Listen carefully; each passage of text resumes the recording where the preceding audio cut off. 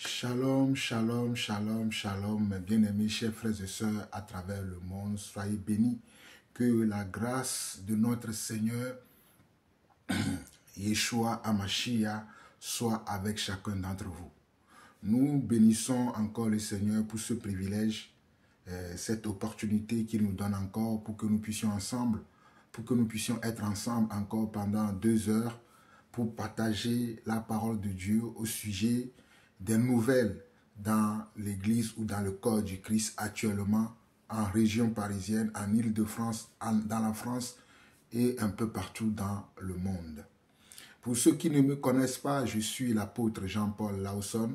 Je vis en France, je réside en région parisienne et ça fait plus de 20 ans que j'ai donné ma vie au Seigneur et plus de 20 ans également que je sers le Seigneur. J'étais dans le système religieux avant, comme quelques-uns parmi nous, mais le Seigneur m'a fait sortir du système religieux pour que je puisse le servir convenablement sans être attaché à une communauté, quoi que ce soit. Donc, j'ai un ministère un peu, on va dire, itinérant où j'exhorte, j'enseigne, je conseille, je guide et moi-même étant un modèle dans la parole de Dieu. Avant de continuer, je présente toutes mes excuses à vous, mes frères et sœurs, par rapport à la vidéo que j'ai publiée hier sur les enseignements que je suis en train de faire actuellement pour corriger quelques dérives qui sont dans le corps du Christ. Au fait, la deuxième vidéo, je pense que j'ai manqué un peu de sagesse lorsque j'ai recommencé la deuxième vidéo. J'ai pris une pause et en m'asseyant, mon micro avait été un peu décroché. Du coup, quand j'ai repris la seconde partie, je n'ai pas bien accroché mon micro, donc le son a été très médiocre. Vraiment, je suis désolé, je suis sincèrement désolé. Je n'ai pas voulu que le son soit très médiocre, mais ceci étant, ça a été fait à mon insu. C'est en publiant la vidéo parce que moi-même, je réécoute mes enseignements pour être éclairé moi-même. Parce que lorsque j'enseigne, le Seigneur m'utilise, il m'enseigne moi-même. Donc c'est en réécoutant l'enseignement que je me suis aperçu que le micro avait été décroché. Donc du coup, le son n'était pas de bonne qualité. Donc je m'en excuse encore et j'essaierai de faire des efforts pour ne pas faire des choses comme ça qui vous empêchent de bien suivre l'enseignement et de bien comprendre ce que j'ai dit. Donc aujourd'hui, je vais faire un effort de revenir sur ce que j'ai dit dans la deuxième partie de cette vidéo-là, afin que ce que vous avez manqué, ce qui vous a manqué à la première partie de cette vidéo, vous puissiez la voir aujourd'hui. Donc que le Seigneur vous bénisse. On va prier et on va démarrer cet enseignement. Père éternel, Dieu de grâce, Dieu d'amour, Dieu de paix, Dieu de joie. Papa, je veux encore te bénir ce matin, ce dimanche 27 juillet 2025. Tu m'as octroyé ta grâce, non seulement à moi, mais à tous mes frères et sœurs dans la France, dans la francophonie et dans le monde entier. Père, tu es un juste juge et tu veux que nous puissions te ressembler corps, âme et esprit. Voilà pourquoi, Papa, nous te demandons pardon si par nos écarts de comportement, si par nos écarts de langage, nous attristons le Saint-Esprit dont tu nous as scellés, que tu nous pardonnes chacun d'entre nous et que tu nous amènes, Seigneur Dieu, Papa, à rentrer en nous-mêmes et à savoir là où nous sommes tombés, là où nous n'avons pas fait les choses correctement, afin de revenir à toi, toi qui es un Dieu qui pardonne et qui ne lasse pas de pardonner. Papa, je prie également, Seigneur Dieu, pour mes frères et sœurs qui sont actuellement, Seigneur Dieu, persécutés, troublés, Seigneur Dieu, par ces événements qui se passent aujourd'hui dans les assemblées, dans les communautés, mais dans lesquelles toi, tu ne te retrouves pas. Père, tous ces âmes ont besoin de toi. Toutes ces personnes ont besoin de ta connaissance. Toutes ces personnes ont besoin de ton assurance. Voilà pourquoi je les remets entre tes mains, afin que toi, Seigneur Dieu, qui est notre Dieu, qui fait chaque chose belle en son temps, Seigneur Dieu, tu puisses t'occuper de toutes ces âmes-là. Toutes ces âmes qui sont meurtries, car toi, tu es le bon berger. Selon ta parole dans Jean chapitre 10, tu nous as dit que tu es le bon berger et que tu es venu pour que les brebis aient de la vie et qu'ils soient dans l'abondance. Mais le mercenaire vient pour égorger et détruire.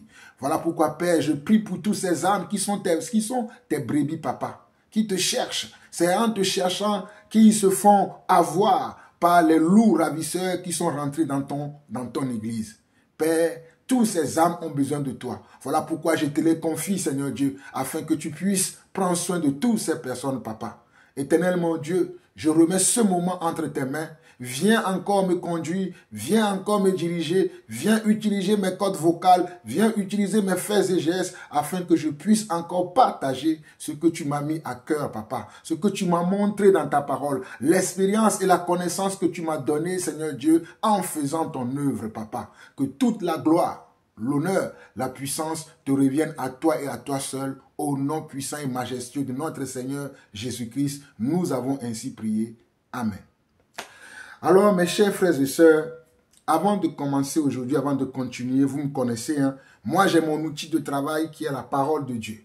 Donc c'est dans ça que lorsque, en vous montrant les séries de vidéos que j'ai préparées pour vous montrer, je vais utiliser également la parole de Dieu pour vous montrer que voici ce que les gens font, voici ce que la parole dit, voici ce qui se passe aujourd'hui dans les milieux religieux, mais voici ce que la parole dit. Comme ça, vous-même, vous serez en mesure de faire la comparaison par rapport à ce que nous disons, par rapport à ce que la parole dit et par rapport à ce que les gens font. Vous-même, vous pouvez être en mesure de pouvoir faire un bon jugement et de savoir où est-ce que vous allez placer dans toutes ces choses-là. C'est le but de mes enseignements, de mes exhortations. Soyez bénis. Donc aujourd'hui, nous allons commencer dans 1 Pierre chapitre 1. 1 Pierre chapitre 1. 1 Pierre chapitre 1. Nous allons lire du verset 13 au verset 17. 1 Pierre chapitre 1 verset 13 au verset 17 qui dit ceci. C'est pourquoi, saignez les reins de votre entendement, soyez sobres et ayez une entière espérance dans la grâce qui vous sera apportée lorsque Jésus-Christ apparaîtra. Regardez bien ce que ce verset 13 de 1 Pierre chapitre 1 dit. Et 1 Pierre, c'est l'apôtre Pierre, un des apôtres qui a marché avec Jésus, qui parle ici. Et moi, je vais prendre en considération beaucoup plus sa parole que les hommes de nos jours. Et regardez bien ce que cet apôtre nous enseigne ici. Il dit, c'est pourquoi, saignez les reins de votre entendement, soyez sobres et ayez une entière espérance dans la grâce qui vous sera apportée lorsque Jésus-Christ apparaîtra. Comme des enfants obéissants, écoutez bien, comme des enfants obéissants, ne vous conformez pas aux convoitises que vous aviez autrefois quand vous étiez dans l'ignorance. Ne vous conformez pas aux convoitises que vous aviez autrefois quand vous étiez dans l'ignorance. Ne vous conformez pas aux convoitises que vous aviez autrefois, veut dire, ne faites pas les choses que vous faisiez autrefois ne connaissant pas le Seigneur Dieu. N'ayez pas les mêmes comportements, n'ayez pas les mêmes habitudes, n'ayez pas les mêmes façons d'agir, n'ayez pas les mêmes façons de parler que vous aviez dans le passé parce que vous étiez dans les ténèbres. La lumière de Dieu ne vous a pas encore visité, la sagesse de Dieu, l'Esprit de Dieu ne vous a pas encore visité. Maintenant que l'Esprit de Dieu vous a visité, ne vous conformez pas.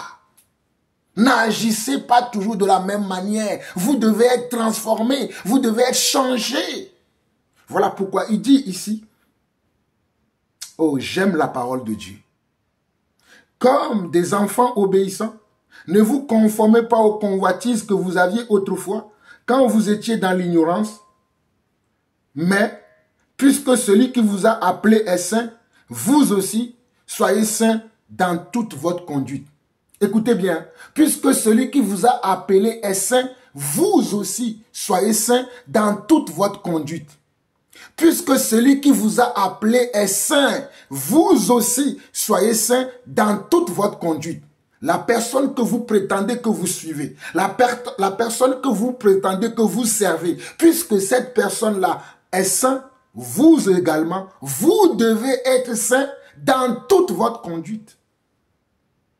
Mes chers amis, il est très important que vous compreniez ce que je suis en train de dire là. Parce que c'est à partir de cela que vous allez avoir un bon jugement, un jugement juste, quand je vais commencer par vous montrer les vidéos que j'ai préparées à vous montrer. Puisqu'on nous dit ici, au verset 13, au verset 15 plutôt, de 1 Pierre chapitre 1 que, mais puisque celui qui vous a appelé, est saint, vous aussi soyez saints dans toute votre conduite. Selon qu'il est écrit, vous serez saints car je suis saint. Donc, est-ce que ces gens qui disent aujourd'hui, qui sont des appelés de Dieu et établis de Dieu, ils le disent eux-mêmes, mais on ne voit pas la sainteté dans leur conduite. On ne voit pas la justice dans leur conduite. On ne voit pas le comportement que quelqu'un qui se dit appelé et établi par Dieu, le comportement que cette personne doit avoir, on ne le voit pas chez eux. Mais eux, ils veulent que nous les acceptions tels qu'ils sont. Ils ne veulent pas que nous puissions leur faire des remarques ni des suggestions. Mais nous aussi, nous avons le Seigneur. Nous avons aussi notre mot à dire. Nous avons aussi notre façon de voir les choses. Et notre façon de voir les choses n'est pas biaisée. Elle est selon les Écritures. Puisque nous aimons pratiquer l'Écriture. Puisque l'Écriture dit, dans 1 Pierre chapitre 1 verset 15, mais puisque celui qui vous a appelé est saint, vous aussi soyez saints dans toute votre conduite. Selon qu'il est écrit, vous serez saints car je suis saint. Et le verset 17 dit, et si vous invoquez comme Père celui qui juge selon l'œuvre de chacun sans favoritisme, conduisez-vous avec crainte pendant le temps de votre séjour sur la terre. Je ne sais pas si vous comprenez ces passages. On nous dit, et si vous invoquez comme Père celui qui juge selon l'œuvre de chacun, sans favoritisme, conduisez-vous avec crainte pendant le temps de votre séjour sur terre.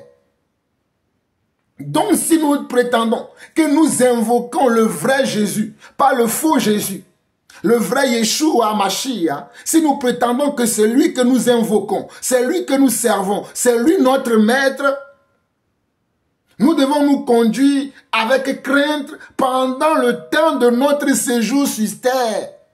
Mais est-ce que la crainte de Dieu, la véritable crainte de Dieu, est-ce que nous la voyons aujourd'hui dans le cœur de ces soi-disant serviteurs de Dieu? Est-ce que nous voyons la crainte de Dieu dans la vie des enfants de Dieu aujourd'hui? Est-ce que nous voyons la crainte de Dieu dans l'église aujourd'hui? Dans ces endroits que vous appelez église? Que certains d'entre vous encore ce dimanche-là vont aller passer toute leur journée ou toute leur matinée dans ces endroits-là. Est-ce qu'il y a la crainte de Dieu vraiment là-bas? Ce sont des questions que nous devons nous poser. Ne nous trompons pas, mes chers frères et sœurs. Posons-nous des vraies questions et nous aurons des bonnes réponses. Est-ce que ces endroits que nous fréquentons, moi je les fréquentais jadis, aujourd'hui je ne suis plus dans ces endroits. Mais je sais qu'il y a encore certains de mes frères et sœurs qui sont dans ces endroits, croyant qu'ils sont en train de marcher avec les serviteurs de Dieu. Mais beaucoup de ces soi-disant serviteurs de Dieu ne le sont pas. Ils ont perdu la foi. Et ils veulent nous empêcher que nous puissions dire qu'ils ont perdu la foi. Mais je vais vous montrer que dans les Écritures, quand quelqu'un perd la foi, ceux qui ont encore la foi ont le devoir d'avertir les autres que ceux-là, quand vous voyez ces comportements-là, quand vous voyez ces signes-là, sachez que ceux-là ont perdu la foi. Ou bien ils n'ont jamais même eu la foi. Nous avons le devoir de le faire. Et c'est ce que Jean-Paul Lawson fait. Renseignez-vous sur moi. Hein. Peut-être vous ne me connaissez pas, mais renseignez-vous sur moi. Renseignez-vous sur moi. Peut-être vous ne me connaissez pas, peut-être vous êtes nouveau, vous nouvelle, vous ne savez pas qui je suis. Mais renseignez-vous. On vous dira que ce monsieur-là, faites attention, lui, il n'est pas dans les mélanges. Il ne fait pas à demi-mesure. En tout cas, que celui qui a des oreilles entende. Et je vais lire encore un autre passage et je vais commencer à vous montrer les vidéos. Je pars toujours dans 1 Pierre chapitre 4.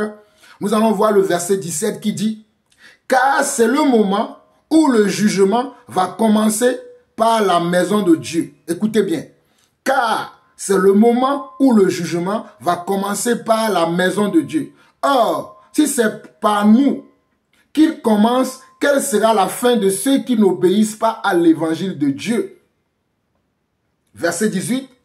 Et si le juste se sauve avec peine, que deviendront l'impie et le méchant et le pécheur?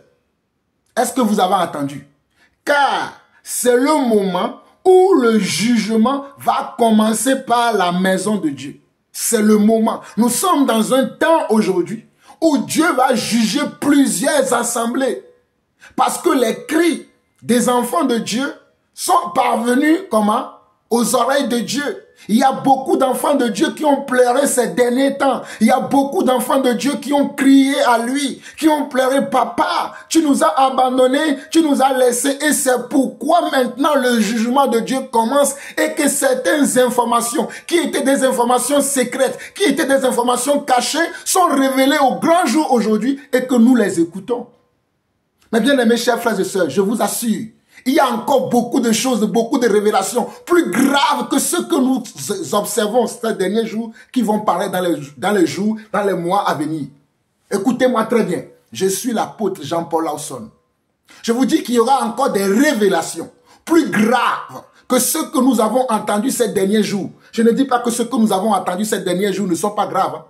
Elles sont autant plus graves que ce que nous entendrons. Mais vous allez entendre des choses, des aberrations encore un peu plus pointu dans les mois, dans les semaines, dans les années à venir, concernant ces hommes de Dieu que vous voyez aujourd'hui qui gesticulent partout, qui veulent se justifier alors qu'ils sont en train de malmener le peuple de Dieu. Voilà pourquoi dans ce passage, il est dit, car c'est le moment où le jugement va commencer par la maison de Dieu. Dans 1 Pierre chapitre 4, le verset 17. Car c'est le moment où le jugement va commencer par la maison de Dieu. Or, si c'est par nous qu'il commence, quelle serait la fin de ceux qui n'obéissent pas à l'évangile de Dieu? Et si le juif se sauve avec peine, que deviendront l'impie et le pécheur? Ceci est écrit dans la parole de Dieu. Alors, mes bien-aimés chers frères et sœurs, je vais commencer par vous montrer quelques vidéos que je vais commenter aussi également parce que et comme je vous ai dit dès le commencement de cette vidéo que mon micro avait été décroché hier et que vous avez manqué certaines explications que j'ai données. Donc, il me fallait vous revenir et vous montrer ces choses-là également aujourd'hui afin que votre entendement puisse recevoir ces choses de la bonne manière. Donc, nous allons écouter premièrement les excuses officielles du pasteur Alain Patrick, je ne dis pas Alain Patrick, Alain Patrick Huichengue du ministère ACR. Nous allons écouter d'abord ses excuses et nous allons commenter.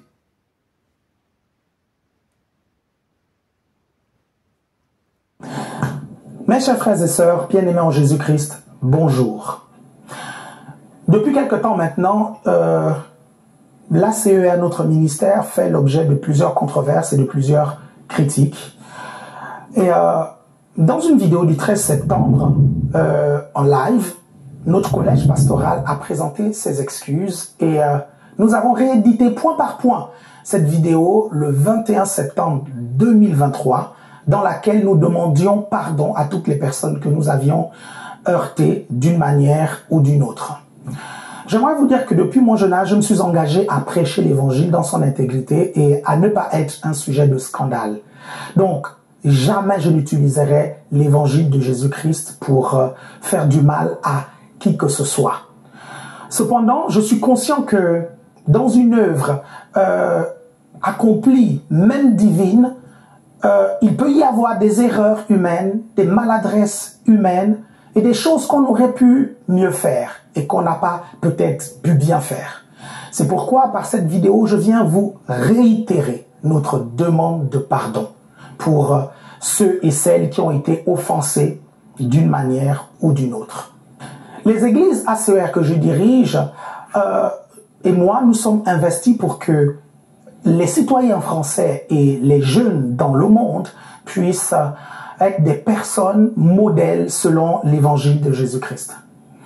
Par ailleurs, j'en appelle à la vigilance et au discernement de plusieurs concernant des vidéos qui circulent sur les réseaux et qui sont complètement sorties de leur contexte. Quelques médias et influenceurs ont malheureusement laissé croire que nous transgressions les lois de la République française. Nous avons jugé cela inacceptable et nos avocats ont porté ces affaires devant les juges. Nous vous informons que l'ACER a gagné tous ses procès. Je vous remercie déjà en croyant que le pardon est une puissance qui libère. Nous prions que notre Seigneur Jésus puisse guérir et restaurer tout un chacun. Nous vous aimons sincèrement Que Dieu vous bénisse. Alors, mes chers frères et sœurs, nous allons commenter ces excuses du pasteur, de l'apôtre Alain Patrick Tchengué. Sincèrement, mes chers frères et sœurs, est-ce que quand vous écoutez cette sortie de ce soi-disant apôtre faisant cette vidéo dans laquelle il demande pardon, est-ce que vous sentez la sincérité dans cette vidéo?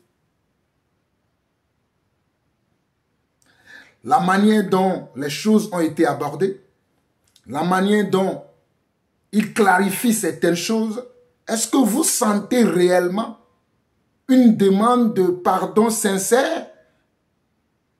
En tout cas, moi, je ne l'ai pas senti. Peut-être vous n'avez pas le discernement, mais nous avons le discernement. Alors, la Bible nous demande, vous pouvez lire dans Matthieu chapitre 6, que si tu as offensé quelqu'un, d'ailleurs nous allons le lire ce passage, comme ça vous allez mieux comprendre ce que je suis en train de dire. Nous allons lire ce passage dans Matthieu chapitre 6, comme ça vous allez mieux comprendre mon explication, parce que nous faisons les choses basées sur les Écritures. Nous n'avons pas une conduite astucieuse pour tromper les gens. Dans Matthieu chapitre 6, à partir du verset 12 jusqu'au verset 14, regardez. Le Seigneur dit ici, c'est une manière de nous enseigner, il dit, « Pardonne-nous nos offenses comme nous aussi, nous pardonnons à ceux qui nous ont offensés. » Verset 13, « Ne nous induis pas en tentation, mais délivre-nous du malin, car c'est à toi qu'appartiennent dans tous les siècles le règne, la puissance et la gloire. Amen. » Verset 14, écoutez bien. « Si vous pardonnez aux hommes leurs offenses, votre Père céleste vous pardonnera aussi. » Verset 15, « Mais si vous ne pardonnez pas aux hommes, votre Père ne vous pardonnera pas non plus vos offenses. » Vous voyez? Donc, la demande de pardon doit être une demande de pardon sincère. Je vais lire encore un autre passage. C'est dans Matthieu chapitre 22, si mes souvenirs sont bons. Je vais le trouver, permettez-moi, où le Seigneur dit à Pierre, comment, voilà, c'est plutôt dans Matthieu chapitre 18. Matthieu chapitre 18 dit ceci. Écoutez bien, Matthieu chapitre 18, à partir du verset 15 jusqu'au verset 22. Suivez très attentivement, mes bien-aimés chers frères et sœurs. Matthieu chapitre 18, à partir du verset 15, dit ceci. « Si ton frère a péché, va et reprends-le entre toi et lui seul. S'il t'écoute, tu as gagné ton frère. Mais s'il ne t'écoute pas, prends avec toi une ou deux personnes afin que toute l'affaire se règle sur la déclaration de 2 ou de 3 témoins. S'il refuse de les écouter, dis-le à l'église, et s'il refuse aussi d'écouter l'église, qu'il soit pour toi comme un païen et un publicain. Je vous le dis en vérité, tout ce que vous lierez sur la terre sera lié dans le ciel, et tout ce que vous délierez sur la terre sera délié dans le ciel. Je vous dis encore, si 2 d'entre vous s'accordent sur la terre pour demander une quelconque chose, elle leur sera accordée par mon Père qui est dans les cieux. Car là où 2 ou 3 sont assemblés en mon nom, je suis au milieu d'eux. Remarquez bien que dans ce passage-là, le Seigneur Jésus-Christ nous enseigne beaucoup de révélations concernant l'attitude et le comportement que nous, enfants de Dieu, nous devons avoir dans notre vie et dans peut-être le ministère, si nous sommes appelés au ministère, et dans la communauté dans laquelle nous évoluons. Le Seigneur nous enseigne le comportement que nous devons avoir. Et alors au verset 21, Pierre, en écoutant ceci, avait été un peu titillé dans sa conscience et il dit au Seigneur, au verset 21, alors Pierre s'approcha de lui et dit, « Seigneur, combien de fois pardonnerai-je à mon frère lorsqu'il péchera contre moi? Sera-ce jusqu'à 7 fois ?» Le Seigneur lui répond au verset 22, il lui dit, Jésus lui dit, « Je ne te dis pas jusqu'à 7 fois, mais jusqu'à 7 fois, 77 fois. » Et le verset 23, le Seigneur dit, « C'est pourquoi le royaume des cieux est semblable à un roi qui vous... Bon, on ne va pas aller jusque-là, sinon l'enseignement va être trop long. Mais je reste dans ce contexte-là. Si vous remarquez bien, le verset 15 de Matthieu 18 dit, « Si ton frère a péché, va et reprends-le entre toi et lui seul. S'il t'écoute, tu as gagné ton frère. » Si tu remarques qu'un frère a péché contre moi, une sœur a péché contre moi, ou bien j'ai un différend avec un frère dans la communauté dans laquelle j'évolue, vous avez l'obligation d'abord d'aller voir ce frère, d'aller voir cette personne et de discuter avec lui seul à seul. Dans une discussion one-to-one, tête à tête, où vous parlez pour régler l'histoire. Si tu n'arrives pas à gagner ce frère-là, on nous dit au verset 16, « Mais s'il ne t'écoute pas, prends avec toi une ou deux personnes, afin que toute l'affaire se règle sur la déclaration de 2 ou de 3 témoins. » Si malgré tes efforts, en voulant calmer les choses, en voulant faire les choses de la bonne manière, cette personne ne t'écoute pas, la Bible te dit, le Seigneur, ici c'est Jésus qui parle, Jésus t'autorise à aller chercher 2 ou 3 personnes pour t'accompagner, pour aller voir encore ce dernier et lui parler. Et regardez la suite. Au verset 17, « S'il refuse de les écouter, dis-le à l'église, et s'il refuse aussi d'écouter l'église, qu'il soit pour toi comme un païen et un publicain. » Moi, c'est là où moi je suis là. Moi, je suis dans le verset 17. Parce qu'en écoutant les histoires dont ces pasteurs, ces faux apôtres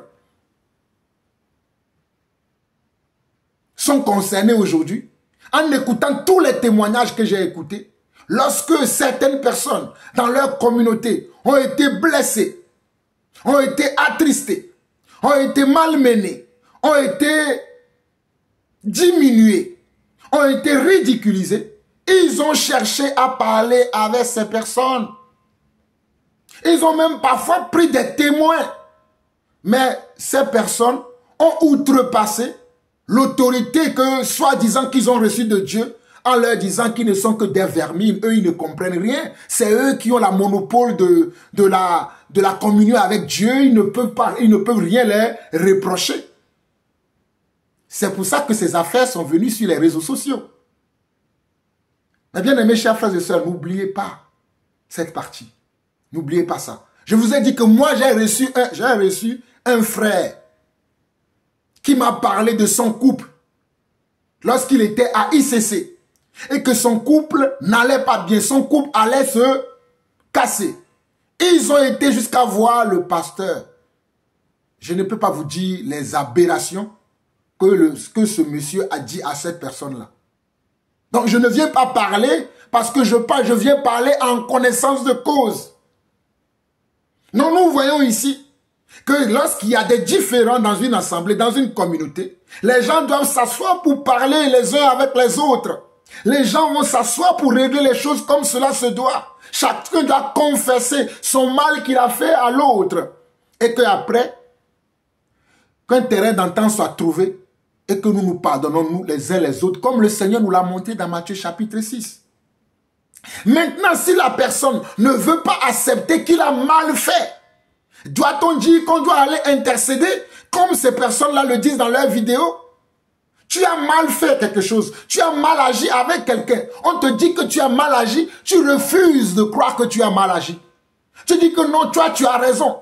Tu peux te permettre de parler comme tu veux. Tu peux te permettre d'agir comme tu agis. Personne n'a le droit de te reprendre. Personne n'a le droit de te corriger. Personne n'a le droit de te dire que ce que tu as fait, c'est mauvais. Mais de qui se moque-t-on? De qui se moque-t-on? Regardez bien, l'écriture est claire. Je relis encore une dernière fois.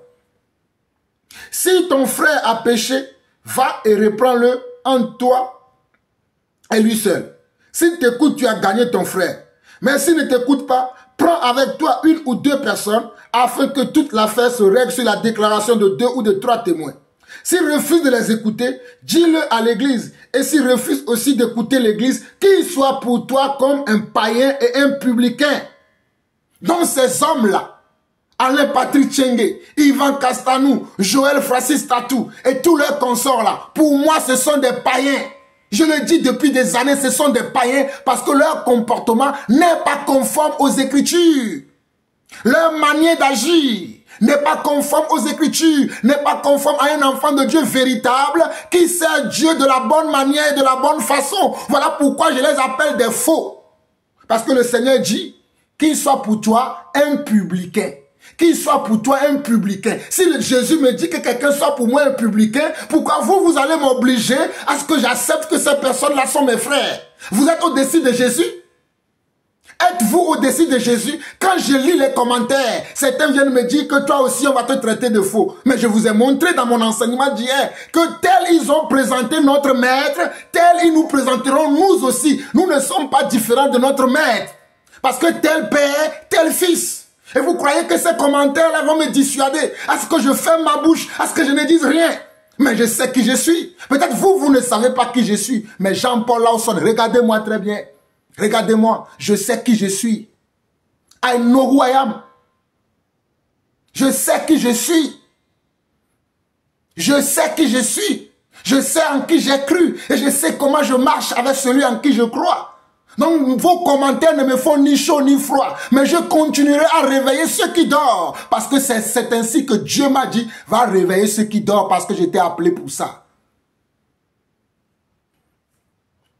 Donc, pour revenir, quand on veut demander pardon, la demande de pardon doit être sincère. Et nous allons, normalement, vous devez aller voir la personne que vous avez offensée, vous le demandez pardon, et même il faut réparation. Et même vous réparez ce que vous avez fait.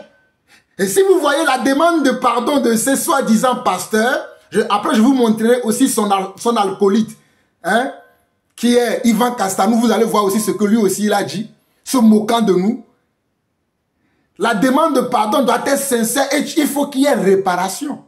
Et si vous voyez ce monsieur, il vient dire dans son allocution, dans son mea culpa que si peut-être, donc tu ne te rends pas compte de ce que tu as fait à X ou Y pour dire oui, j'ai blessé telle personne, j'ai blessé telle personne, j'ai blessé telle autre personne, je vais leur demander pardon. Tu ne te rends pas compte de cela, mais tu viens dire si peut-être. Mais de quoi? Pourquoi vous voulez vous moquer de nous? Pourquoi vous voulez nous faire toujours voir que c'est nous qui sommes les méchants? En tout cas, ceux qui ont les oreilles et qui ont comment un entendement correct et limpide sauront que c'est vous qui avez des problèmes. Je vais vous lire un passage. Parce que ces gens-là sont tellement malicieux qu'ils veulent nous faire croire que c'est nous qui ne comprenons pas, que c'est nous qui ne savons pas ce qu'ils font. Mais nous voyons bien ce qu'ils font. Nous comprenons bien ce qu'ils font. Je ne sais pas, c'est l'histoire que je voulais vous lire. Je vais le trouver. Je crois que c'est dans Marc. C'est l'histoire de Zachée. C'est l'histoire de Zachée.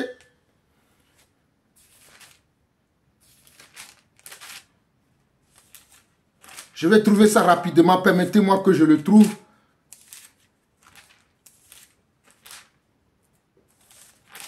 Merci Seigneur. Bon, je ne retrouve pas. Permettez-moi, hein, je vais utiliser Google rapidement. Je ne trouve pas le passage aussi facilement comme j'ai l'habitude. Mais le Seigneur me dit de parler de Zachée. Alors, Zachée dans la Bible. Ah ouais, c'est plutôt Luc chapitre 19.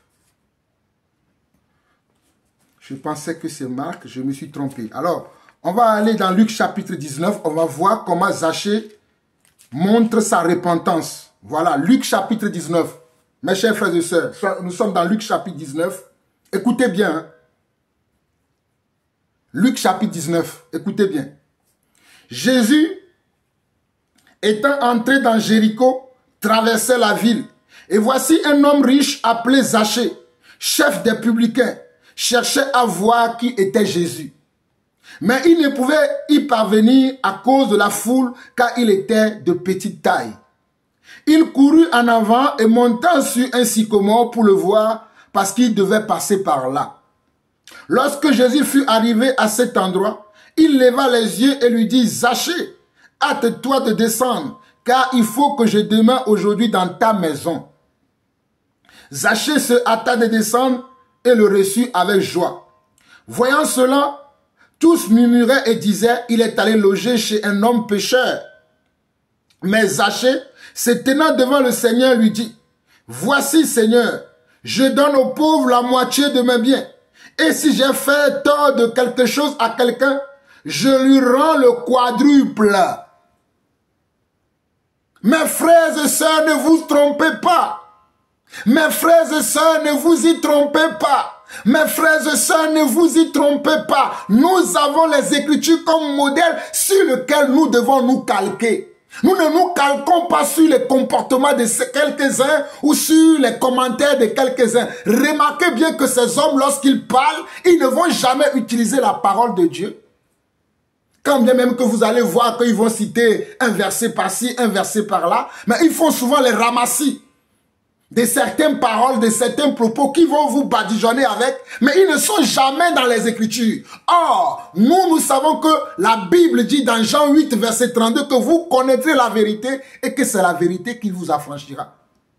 Donc ici, au verset 8, on nous dit, mais Zachée se tenant devant le Seigneur, lui dit, voici Seigneur, je donne aux pauvres la moitié de mes biens, et si je fais tort de quelque chose à quelqu'un, je lui rends le quadruple.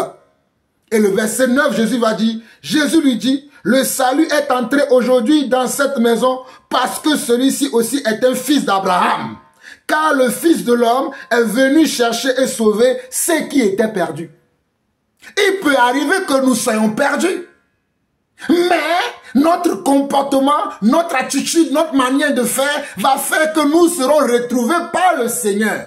Mais moi, je ne me retrouve pas avec ces hommes de Dieu-là.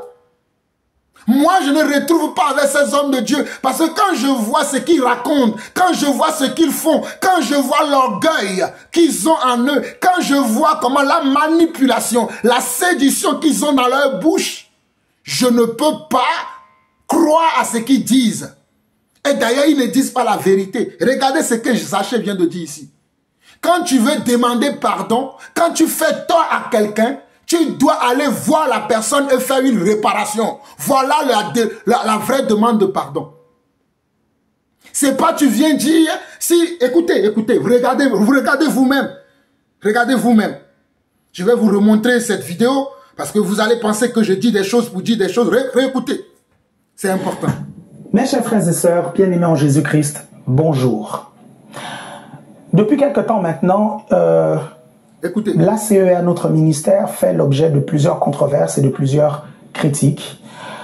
Et dans une vidéo du 13 septembre, en live, notre collège pastoral a présenté ses excuses et nous avons réédité point par point cette vidéo le 21 septembre 2023, dans laquelle nous demandions pardon à toutes les personnes que nous avions heurtées d'une manière ou d'une autre.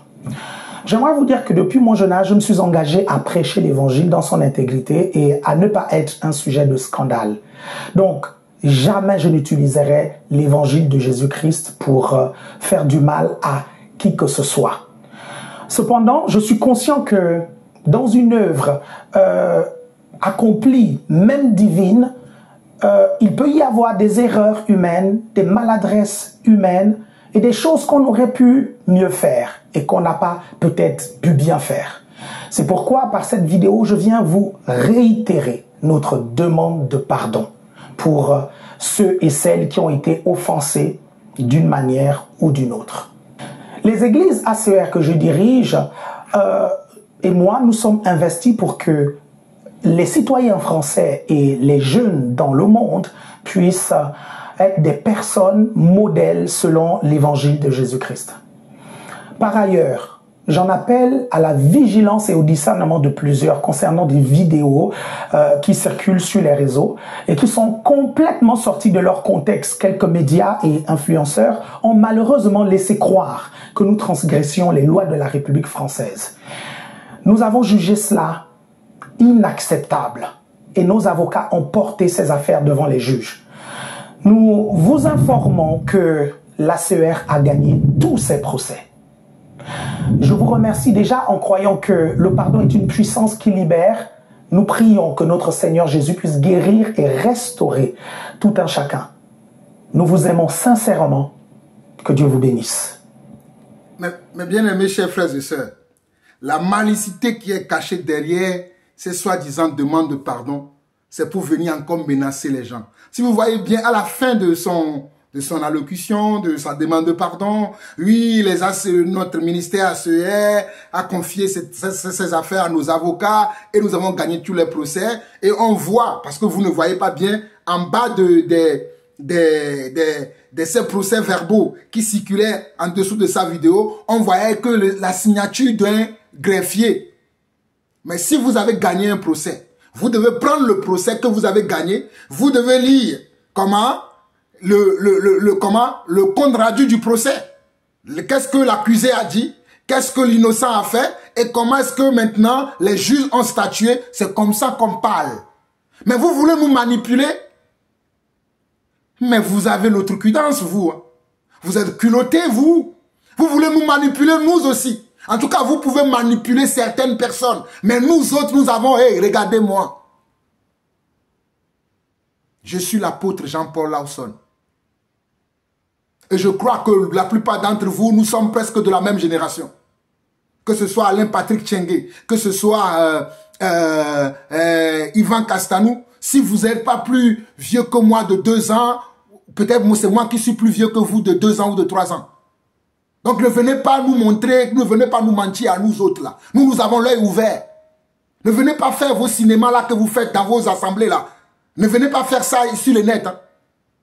Ah, si vous venez sur le net, sachez que nous avons l'œil ouvert pour scruter tout. Donc mes chers frères et sœurs, vous voyez comment ce monsieur, il dit qu'il a demandé pardon en 2023. Mais si tu as demandé pardon en 2023, comment se fait-il qu'on est en 2025? Ces mêmes choses que les gens te reprochaient à cette époque-là reviennent en surface. Ça veut dire que la demande de pardon n'a pas été faite conformément selon les normes des Écritures. C'est aussi simple que ça.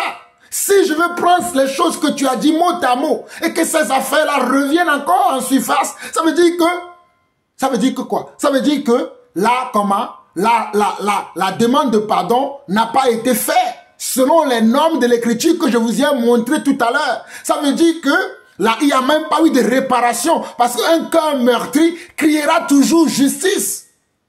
Un cœur meurtri criera toujours justice. Un cœur meurtri, abusé, désabusé, criera toujours justice. Ne nous trompons pas. Ne nous trompons pas. Écoutez ce qui se passe. Écoutez ce qui se passe. Il est très important que vous écoutez ce qui se passe. Parce que ces gens-là, j'ai l'impression qu'ils se moquent de nous et ils n'ont aucune crainte de Dieu dans leur vie. Je suis désolé, mais il faut que vous compreniez ces choses. Écoutez, écoutez. Moi, j'ai été très outré d'écouter ces choses. J'aimerais vraiment vous remercier pour tous les messages que j'ai reçus lors de ma dernière vidéo où j'étais en pleurs. Hier, j'ai craqué. Et c'était l'accumulation de tout, d'un grand questionnement et d'un cheminement personnel que je suis en train de traverser. Je ne vous cache pas que hier, j'avais déjà la nouvelle. Donc hier, ça a aussi contribué au fait que je puisse craquer parce que j'avais déjà la nouvelle. Et je voulais vous donner mon point de vue. Ce qui est sûr, c'est que je suis très déçue. Je suis très déçue, j'ai même plus les larmes. J'ai déjà assez pleuré. J'ai mes copines qui sont là, qui sont venues me soutenir.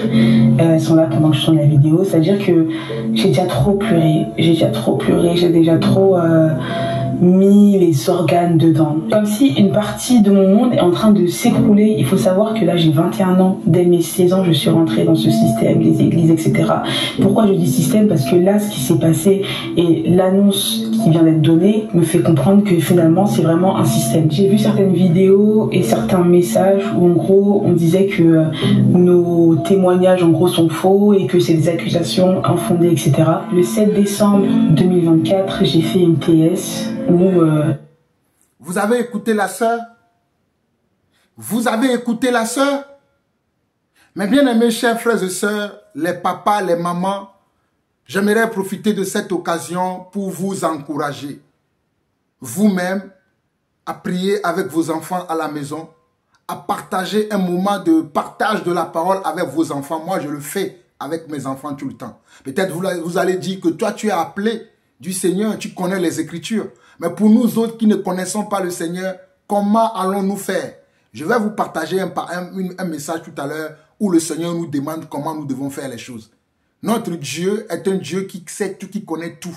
Rien n'échappe à notre Dieu. Rien n'échappe au contrôle de notre Seigneur.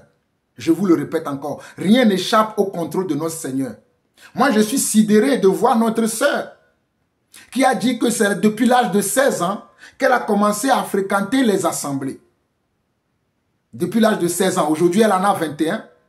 Et dans son parcours de fréquentation de ces assemblées-là, elle a vécu beaucoup d'expériences.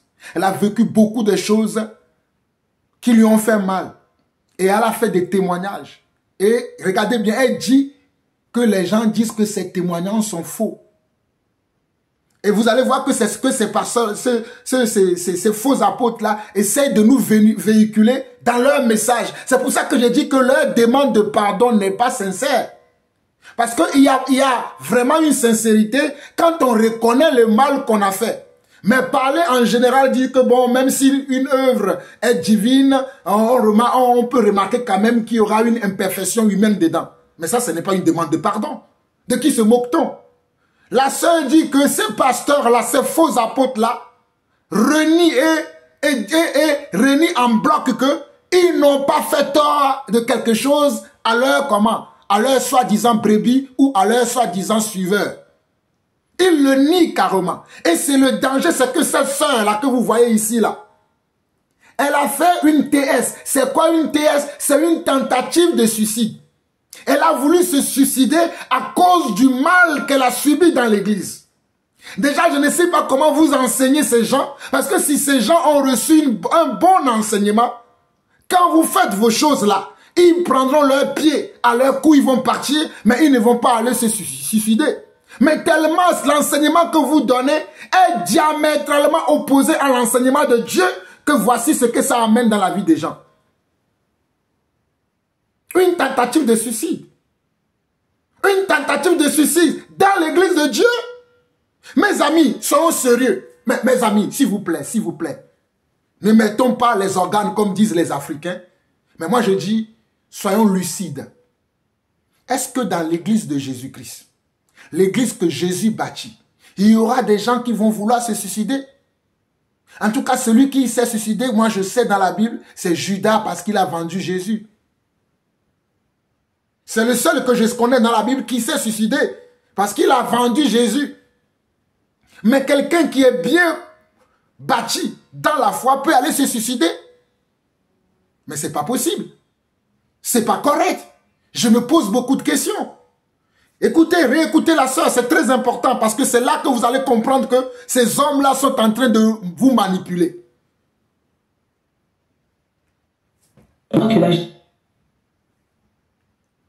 J'ai 21 ans, dès mes 16 ans, je suis rentrée dans ce système, les églises, etc.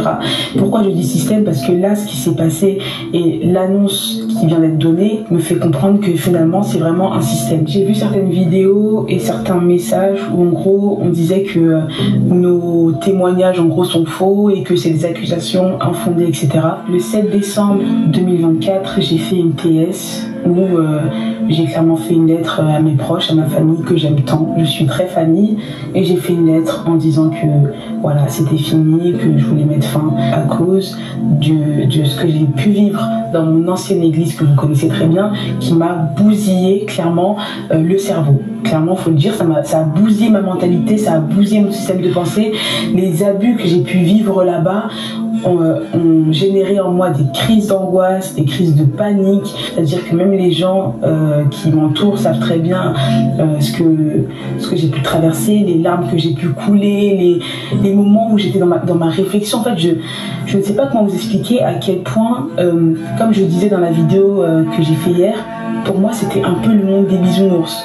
On est chrétien, tout est beau, tout est rose, on est tous gentils. Et de voir même qu'aujourd'hui c'est une des plus grandes églises protestantes évangéliques de France. Pour moi en fait c'est ce qu'ils font là, pour moi, c'est un soutien. Je sais pas comment expliquer. Pour moi, ce qu'ils font, en fait, pour moi, ils apportent leur soutien à l'homme de Dieu. Parce que vous connaissez, l'homme de Dieu va arriver sur la scène, ils vont faire les éloges, ils vont dire ci, ils vont dire ça. Et en fait, c'est comme si nous, les victimes, bien que, et ils le disent mot pour mot, que nos témoignages, tout ça, on invente, etc. Et ça fait mal. Ça fait mal parce que ça fait mal d'entendre ça parce que tu dis, moi, je m'étais mis, en fait, mon cerveau était conditionné à me dire que tout était beau, tout était rose, et voir qu'une des plus grandes églises de France, cette église-là a bercé mon enfance, c'est-à-dire que on regardait les cultes à la maison. En fait, pour moi, c'était comme une safe place. Je me disais, cette église-là, à ce niveau-là, il y a des choses qu'ils ne toléreront pas, il y a des invités, genre, j'aurais jamais pensé qu'il aurait pu être invité pour prêcher là-bas. Pour moi, c'était impossible parce que je me disais qu'il y avait des choses que cette église-là, par rapport à le standing qu'ils ont en France, ne toléreront pas, par rapport à l'impact qu'ils ont, ne toléreront pas. Et là, c'est comme si nous, les victimes, vous nous décrédibilisez en faisant ça, vous leur donnez du crédit, et c'est comme si... je sais pas comment expliquer, mais moi c'est comme si vous encouragez, parce que moi je pensais que je me suis dit, comme vous savez, vous me connaissez, un petit peu naïve, le monde des bisounours, j'ai dit à mes copines, mais peut-être qu'ils ont changé, peut-être qu'ils vont changer, peut-être que les choses ont changé, peut-être que c'est peut-être que ça. En 2025, je me suis retrouvée à aller visiter un frère qui était responsable avec moi là-bas, en hôpital psychiatrique. Il allait se faire interner parce que il a complètement, son cerveau a vrillé suite à ce qu'il a vécu là-bas. Je sais pas si vous réalisez, sa vie a totalement basculé. Donc, dire... Mes frères, mes chers frères et sœurs, est-ce que vous écoutez la gravité des propos de cette sœur? C'est-à-dire, pas la sœur, hein? C'est-à-dire les comportements, les agissements qui se sont passés dans ces églises-là. Il y a même eu un autre frère qui a été interné dans un hôpital psychiatrique à cause des comportements de ces soi-disant serviteurs de Dieu. À cause du comportement de ces soi-disant bergers que vous suivez. Et vous voulez qu'on se taise, qu'on ne dise rien. Vous voulez que nous la bouclons, que nous la fermons. Mais mes amis, de qui se moque-t-on? Mais dans l'église de Dieu, les gens peuvent être alternés. Où est la parole libératrice? Où est la parole libératrice? Où est la parole libératrice? Où est la vérité qui a franchi? Vous ne voyez pas qu'il y a quelque chose qui ne va pas? Vous ne voyez pas que ces hommes-là, ce sont des manipulateurs, ce sont des pervers, ce sont des narcissiques? Vous ne le voyez pas? Vous ne voyez pas que ces hommes se moquent de nous? Mais sachez une chose, on ne se moque pas de Dieu. Ce qu'un homme aura semé, il le moissonnera. On ne se moque pas de Dieu. Galates chapitre 6 verset 7. Galates chapitre 6 verset 7. On ne se moque pas de Dieu. Ce qu'un homme aura semé, il le moissonnera. On ne se moque pas de Dieu. On ne se moque pas de Dieu. Croyez-moi, on ne se moque pas de Dieu.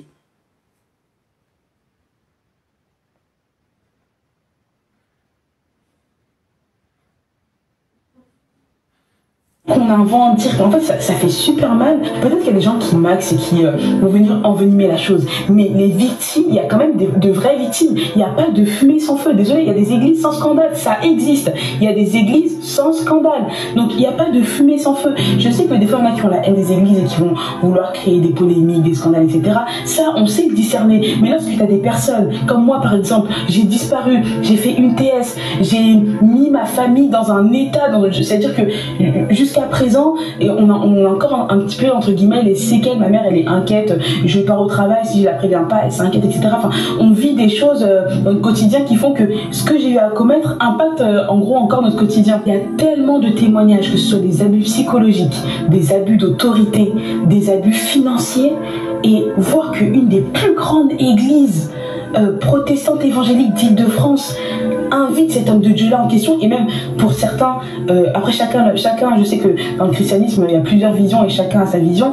Pour certains même il y a des messages que cet homme de Dieu là qui sont problématiques. Moi je vois ça comme un encouragement de la part de ce ministère là, et moi ça m'a, j'ai tellement pleuré quand j'ai vu l'affiche, parce que ça m'a fait mal de me dire qu'en fait il y a des personnes, parce que je connais tellement, vous savez, quand j'ai partagé mon témoignage sur les réseaux sociaux, il y avait tellement d'engouement que j'étais devenue un peu la référence, ou les gens qui quittaient l'église où j'étais avant venaient me voir, voilà, c'est passé ci, c'est passé ça, j'entendais des trucs, je me disais purée, mais ça change pas, et ça me faisait mal au cœur à un tel point où j'ai dit stop, si ça continue comme ça, moi aussi je vais pas pouvoir me rétablir et continuer mon processus de restauration. Je sais pas si vous réalisez à quel point ça fait mal, vous savez, quand on s'entend de cette église, mais en fait j'ai reçu tellement, il y en a qui ont quitté, qui m'ont dit rejoins l'islam, c'est fini, c'est n'importe quoi, maintenant c'est un business ces églises, tu vois pas, regarde ce qu'ils encouragent. Et moi je vous cache pas que j'ai vu plusieurs hommes de Dieu faire des comment je pourrais dire, je vais pas dire partenariat, mais en gros travailler avec cet homme de Dieu là. En fait je me dis mais moi ça me fait mal, c'est des hommes de Dieu que j'ai considérés, des messages,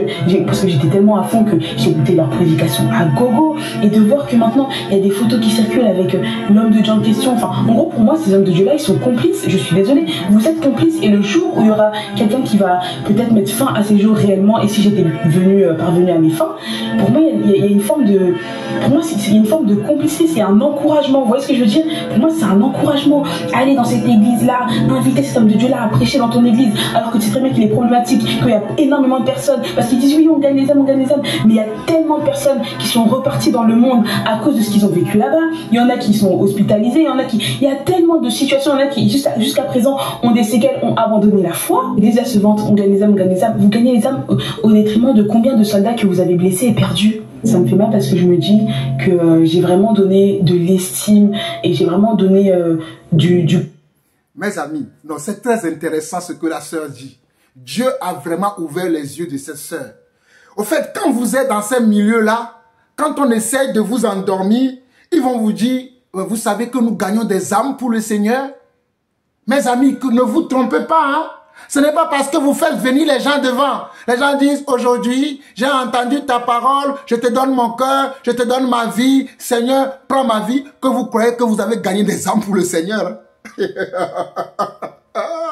Gagner une âme pour le Seigneur, c'est que vous prenez quelqu'un, vous le faites sortir des ténèbres à la lumière. C'est ça, gagner une âme pour le Seigneur.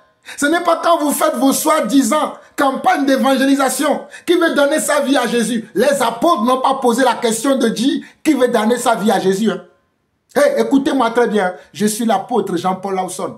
Les apôtres ne posent jamais de questions qui veut donner sa vie à Jésus. Mais non, ils prêchaient l'évangile et ceux qui étaient touchés venaient eux-mêmes à eux et demandaient ce qu'ils doivent faire maintenant.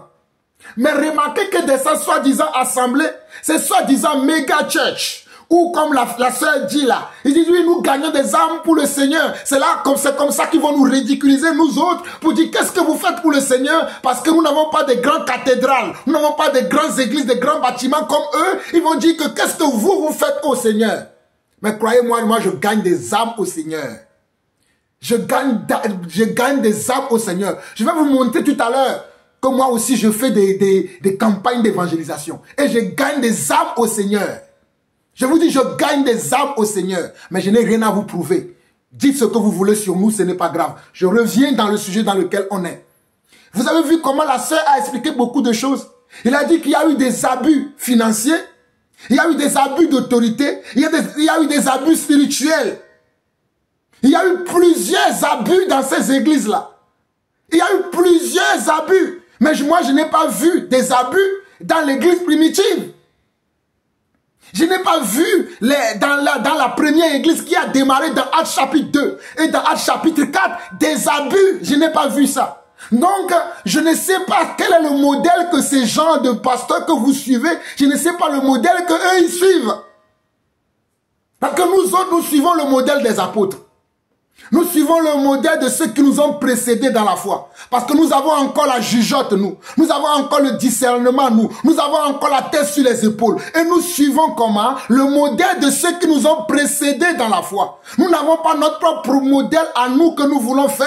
Nous n'avons pas ça. Nous n'avons pas une conduite astucieuse au milieu de vous. Nous ne faisons pas les choses par la chair, ni par le mathuvisme. Nous faisons les choses conduites par le Seigneur. Mais sincèrement, mes chers frères et sœurs, imaginez-vous un seul instant que l'église que Jésus bâtit, il y aura des gens qui sont abusés financièrement, qui sont abusés par l'autorité, qui sont abusés spirituellement et pire encore, qui sont alternés dans les hôpitaux psychiatriques où beaucoup sont malades. Imaginez-vous un seul instant que dans l'église de Jésus, comme ces hommes les prétendent que leurs églises, ce sont l'église de Jésus, que nous ne savons pas le prix qu'ils payent, nous ne connaissons rien, nous parlons seulement, nous n'intercédons pas, nous ceci, nous ne savons rien, nous sommes moins que rien, nous ne connaissons rien, c'est eux qui sont les super-héros, c'est eux qui savent tout, c'est eux. Vous pensez que dans la vraie église de Jésus, que Jésus bâtit, où Jésus lui-même a dit, je bâtirai mon église, et que les portes de l'enfer ne prévaudront point contre elle, dans ces églises-là, il y aura ce genre d'abus dont nous venons d'écouter chez la sœur. Suivez-moi dans la deuxième partie. Je vais arrêter cette première partie-là. Suivez-moi dans la deuxième partie, car nous avons beaucoup de choses à voir encore. Soyez bénis.